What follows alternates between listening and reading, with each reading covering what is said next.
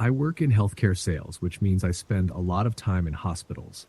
My job is to explain our product to doctors, nurses, and medical staff, showing them how it can improve patient care. I'm usually in and out of various departments, speaking to different medical teams. You'd think I'd be used to the sterile environments, the constant hum of machines, and the busy atmosphere of hospitals by now. But today was different. Today, I found myself in a place that, well, I still can't shake what happened. I didn't have any meetings scheduled, so I decided to visit a hospital I hadn't been to before. It was located a few towns away from where I live, and I thought it might be a good chance to introduce myself. I grabbed a box of coffee and some pastries, hoping they'd serve as an icebreaker. I'd recently moved here, so I'd been visiting different hospitals, getting to know the area while also building relationships with the staff.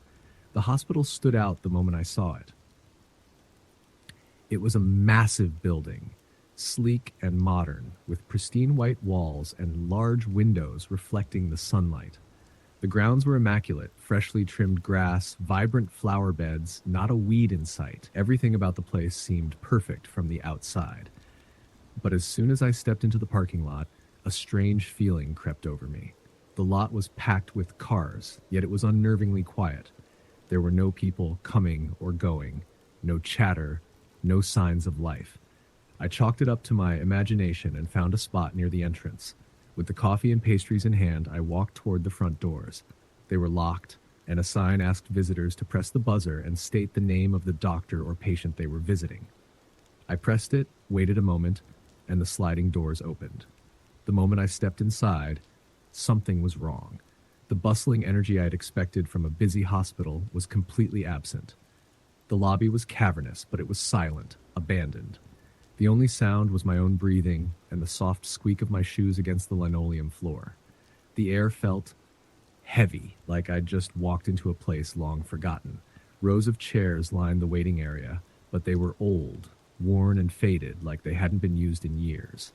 The carpet was stained, patches of dirt ground into the fabric, and the glass doors leading to other rooms were cloudy with dust. I felt a chill run down my spine. Something about this place felt deeply wrong. I moved toward the front desk, hoping to find someone, anyone, who could explain what was happening. But the desk was empty. No receptionist, no staff, no sign of life at all. The desk itself was bare. No phone, no computer, not even a pen. Just nothing. I scanned the room, my eyes landing on an old rotary phone, the kind you don't see anymore. It sat at the far end of the desk, covered in a fine layer of dust. A small note was taped to it, the paper yellowed and curling at the edges. It read, "Dial 0 for operator." I picked up the phone, expecting to hear the familiar tone of a hospital switchboard. But instead there was silence. No dial tone, no static, just nothing. I hung up and tried again, but the phone was completely dead.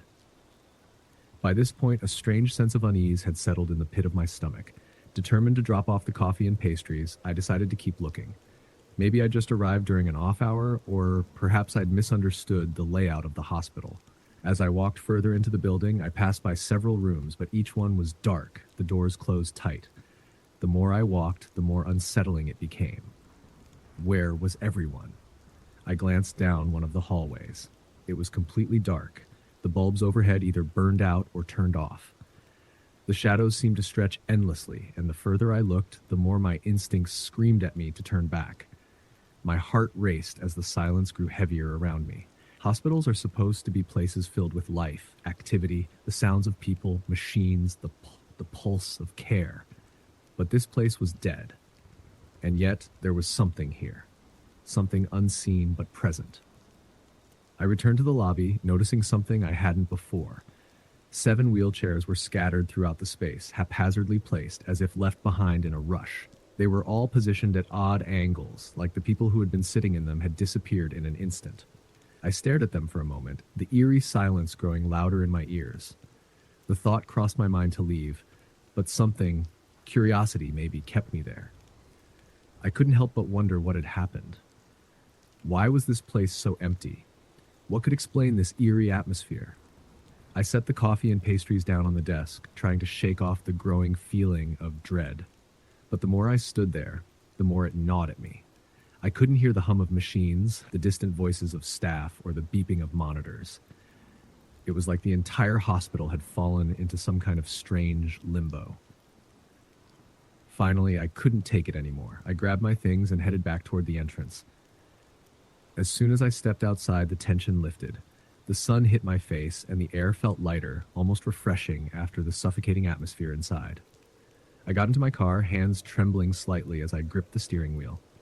Before I left, I drove around the building, searching for another entrance, another explanation. Maybe the front area was under renovation or closed off for some reason.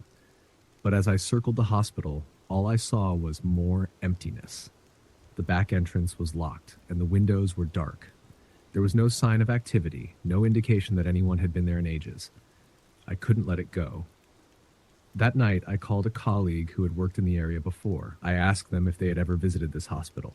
Their response? They had. They described it as a bustling, state-of-the-art facility, full of staff and patients, nothing like what I had experienced. That's when the hairs on the back of my neck stood up.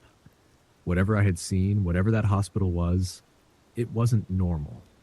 I haven't been back since. But sometimes late at night I find myself thinking about those wheelchairs, the dark hallway, the silence. I wonder what would have happened if I'd ventured further into the building. What would I have found? If you enjoyed this story and want to hear more spine-tingling tales, make sure to support the channel by subscribing. Don't forget to check out all our other videos for more thrilling and haunting stories.